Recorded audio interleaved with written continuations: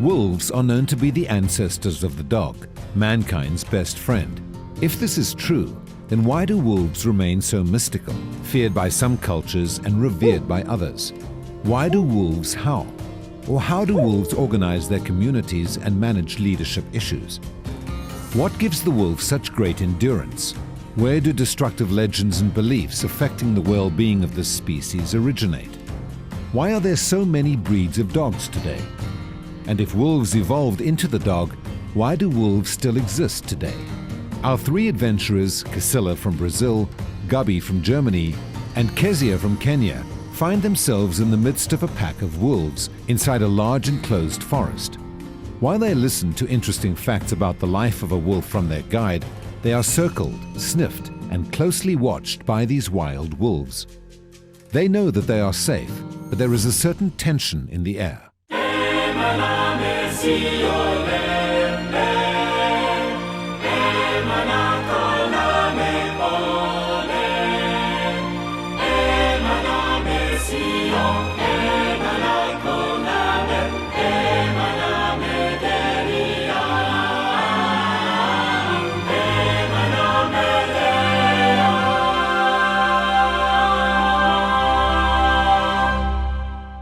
So we're in the middle of the forest and we're surrounded by wolves. And I always imagined this experience to be very scary and wolves are very vicious. If you show them love, they'll give you love right back. Unlike the movies, wolves are actually a lot like dogs. They're very gentle and they just want to socialize.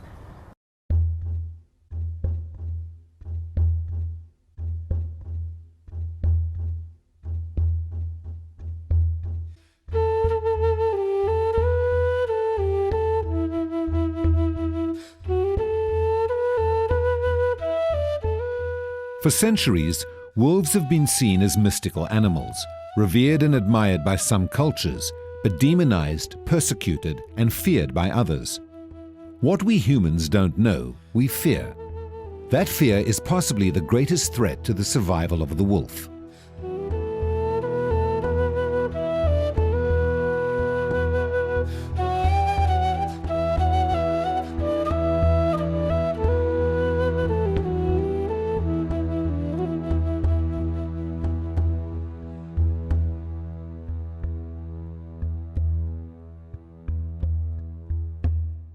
What we do with the wolf sanctuary is we take in animals that people can't look after anymore. We have wolves that are totally tame. We're going to go in with them, and then we have wild wolves as well. People have them in parks or they have them as pets. What we do, we spay all our females when we get, and then we look after them until they die.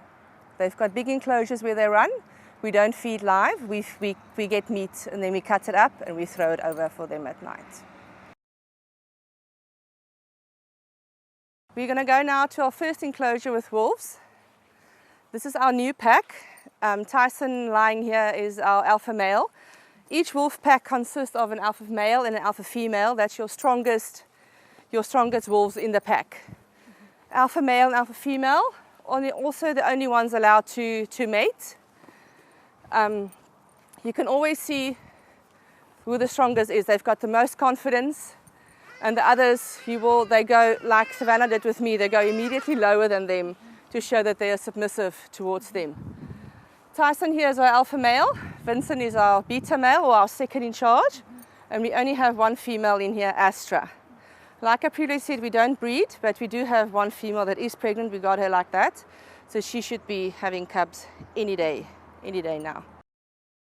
Wolves, there's a big misconception about wolves. Wolves are not dangerous. A wolf will not come out and attack you to kill you. It will never happen. There's never been a confirmed case of a person being killed by a wolf. They will attack you, bite you if there's pups, if they're hungry, or if they're threatened. You can see our alpha male, the black wolf with his tail in the air. You can always see with wolves how their tail is to show where their station in the pack is. You can look at the other wolves, tails down. Then there'll be some of the pack that's got their tails between their legs. They are the lowest ranking in the pack. Once distributed over most of the northern hemisphere, wild wolves are now confined to the wilder parts of a reduced range. The circumpolar range includes North America, Europe, and Asia.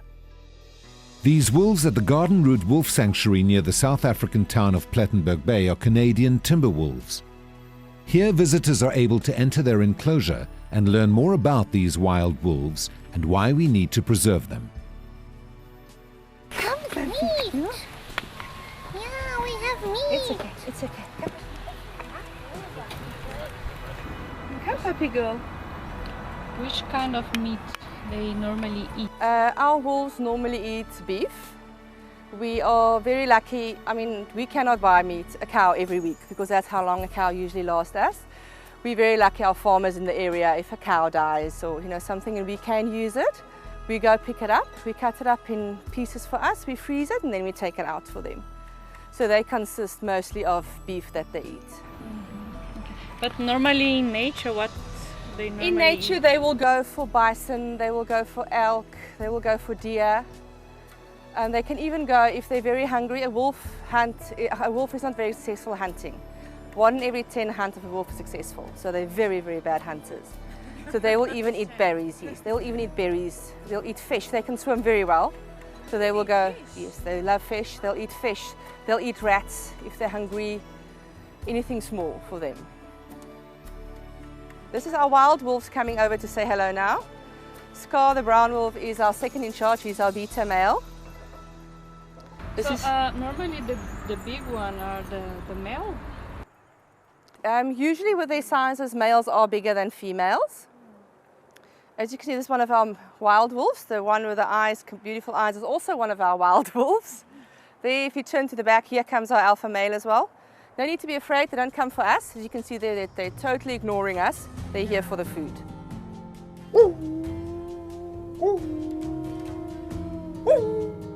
Why do wolves howl?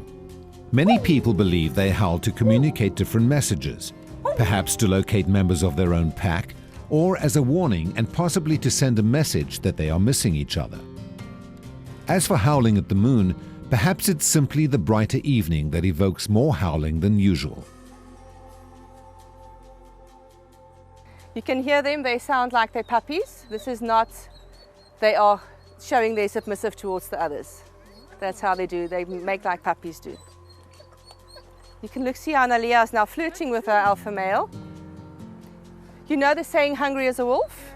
This is it. Zola. This is our 2 tame girls. This is Nalia, this is our madam, and that's Tala. She's very, very gentle. Hey, hey, are you growling at me? She's gonna come now. What she's doing now, she's marking you. She's rubbing her scent on you. It's actually, that's the way how they bond and greet, is by marking and rubbing against each other and things like that. Come, Tala. Come, puppy girl. Let's mark. Always be respectful for my alpha male and alpha female. We are in their territory, so they've given us permission to be here. So we're always respectful for them. I will always feed them first in the afternoon. And in the mornings when I come, they will come and say hello to me through the fence, and I will always greet them first. That's how the other wolves see us treat them.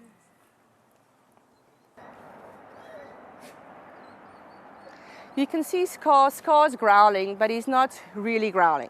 If he growls and his ears are perky, that means he's aggressive.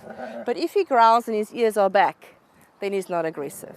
He's like a boy, you know, if the girls come and play with you, you pull their hair at you, but you still like them. That's what he's doing. Yeah, you can see, like I said, Nalia's tail. The one tail is higher than the other tail, to show that she's more dominant, even of the two, than what her sister is. The wolf has always been a symbol of both evil and good. The wolf was portrayed as especially evil in the folklore and literature of medieval Europe. Tales of werewolves exacerbated human fear for and hatred of the wolf. The last wolf was killed in England in the 16th century under the order of King Henry VII.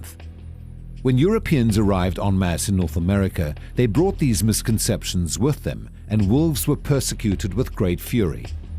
It is said that up to 1 million wolves were shot, poisoned, or trapped by the settlers.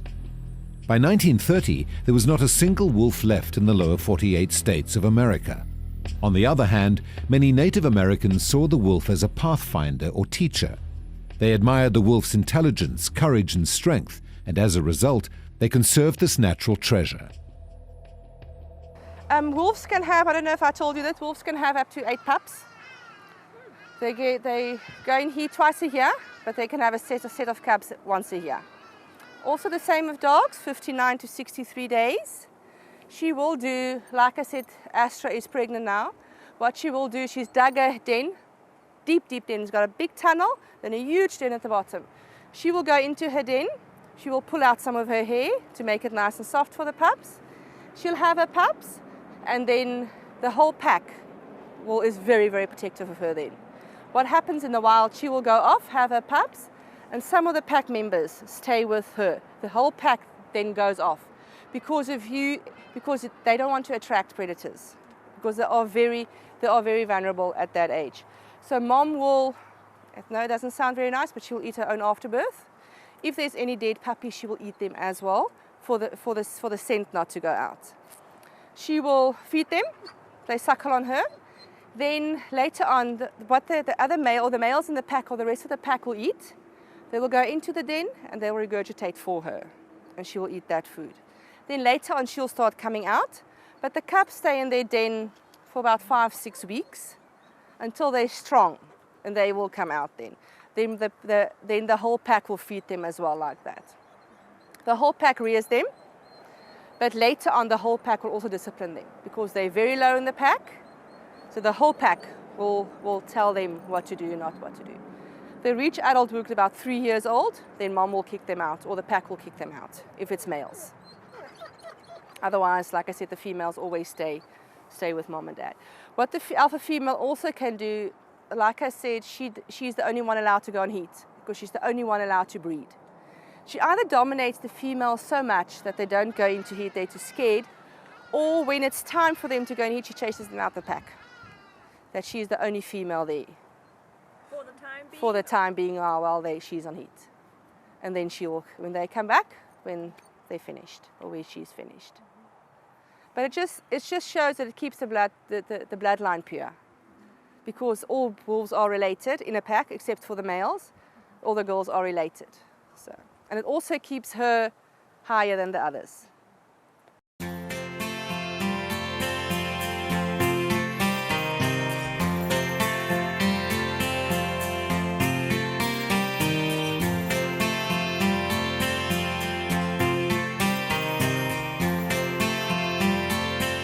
This camp that we've built for our wolves here is 7,000 square meters.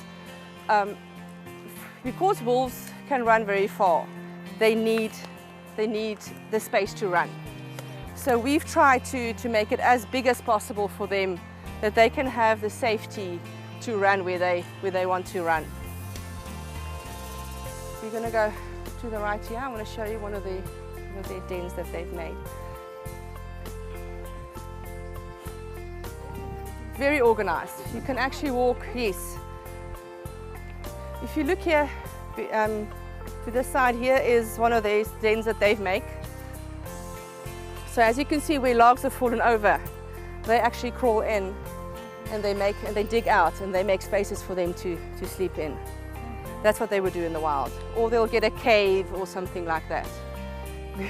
We've got 3 that we've built, but then there's about 7 others that they've built themselves. So they've changed, like they would sleep in Yeah, they've each place for a while and then... Not really, they'll each have their little space. Like our 2 tame girls, that's their den. We've got Balto, that's our lone wolf, he's got his den as well. Then the others usually just sleep together. Wolves like routine, they like to have their things structured and things mustn't change for them. Even here with them, when we come in, we've got a certain time in the day we feed, a certain time in the morning when we clean up.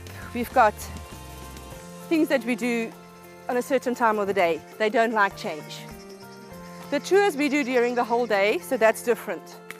But it's also me doing the tours. If somebody else came in doing the tours, it's different. They like their things going their way.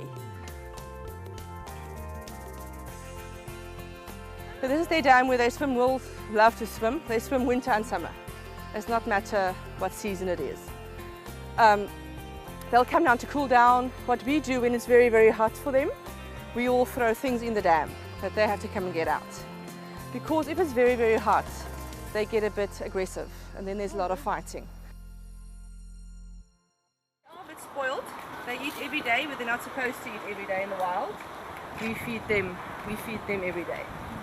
Wolves will, when they make their own dens in the wild, like the ones we've made here for them, there will always be 3 entrances or exits, so they can never be captured, or they can never be cornered. So the ones we've built for them as well, we've made them 3 entrances and exits. Even in the wild, if they've got a cave or something, they will always make sure that there's another exit for them. Because if predators come in, for safety for them, yes, to feel safe. Yes. What I think we can do to educate people about that is not to always kill. That killing is not the answer. I mean, I feel that they were here first. We are taking their territory, so you have to live with them.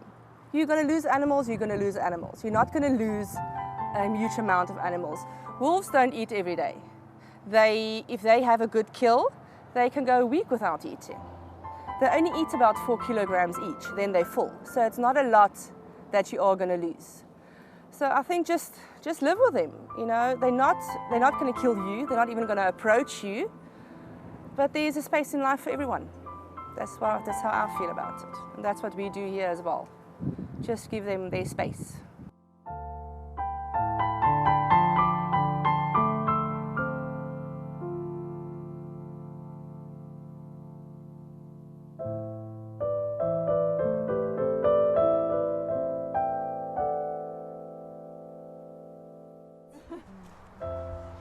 Mind your heads, please. Sanuk is more wolf, so his temperament is a bit different than what hers is. We're going to see how far we get with him.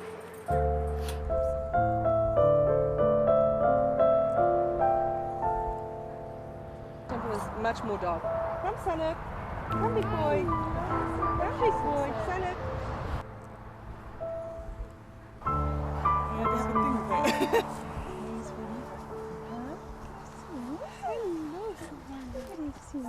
Savannah here is our German Shepherd wolf cross. She's about 3 years old. And Sanuk, our light-colored one, is an Alaskan Malamute wolf cross. Wolves will cross with Malamutes, Huskies, and German Shepherds. They will not cross with any other dog breed because that is the closest to a wolf. Oh, okay. All dogs come from wolves, but now what people have done, they've gone back to the beginning and they started crossing wolves again with dogs. They're not ideal pets. They're very gentle, but as you can see, they get nervous very quickly. Yeah. You can never have any other animals with them because of the hunt instinct with them, and you cannot let them roam outside. You have to have a big yard, lots of space where they can run, and like I said, no other pets. Right. You are going to lose them. We got these crosses, our wolf crosses. Sanuk, we got him, he was about 6 months old. He was a pet and the people couldn't handle him at all. Savannah was born here. We did have another white Alsatian wolf cross as well. She passed away in the meantime, but Savannah is their offspring. So we've had them. Sanuk is now 6 years old and Savannah is turning 4 this year. Right, they're not mates. They're father and daughter, but although they're only male and female, so they're immediately the alpha male now for female. So it works like that. And he will also never, we don't have to spay her because wolves don't inbreed. So, by nature. So it always keeps your bloodline pure and he will never touch his daughter, although she goes in heat as they should. The wolf is the ancestor of the dog, also widely known as man's best friend. From the tiny Chihuahua to the huge Great Dane, there are more than 200 breeds of domesticated dogs. These dogs come in a wide variety of different shapes, sizes, colors, hair types, and dispositions. The theory of evolution claims that animals change through a gradual accumulation of mutations. Evidence has shown that the wolf-to-dog transition occurred rapidly according to pre-designed genetic potential. In 1959, a controlled experiment with regard to taming temperaments started on a fox fur farm in Siberia.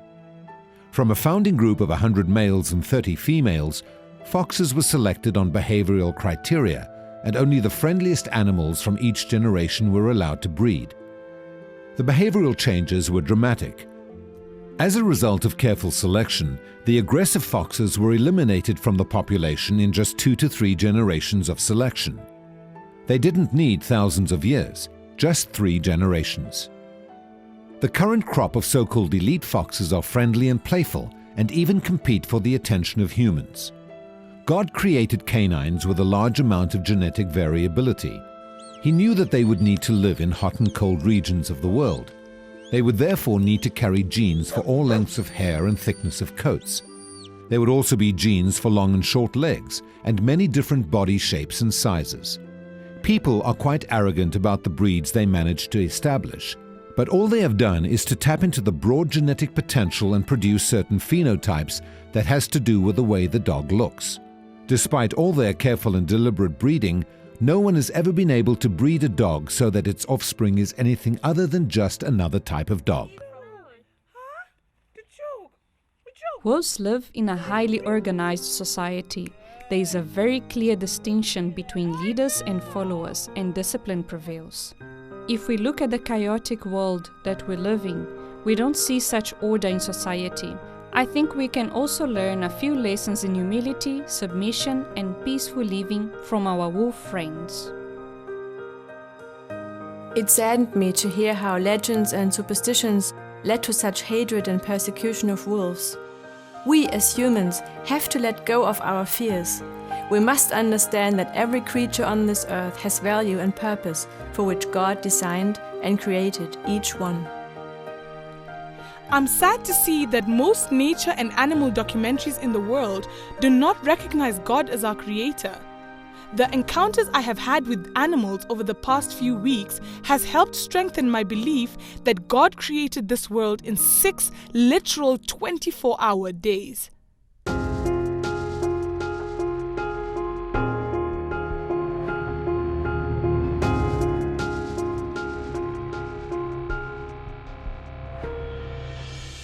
I am the voice of the voiceless.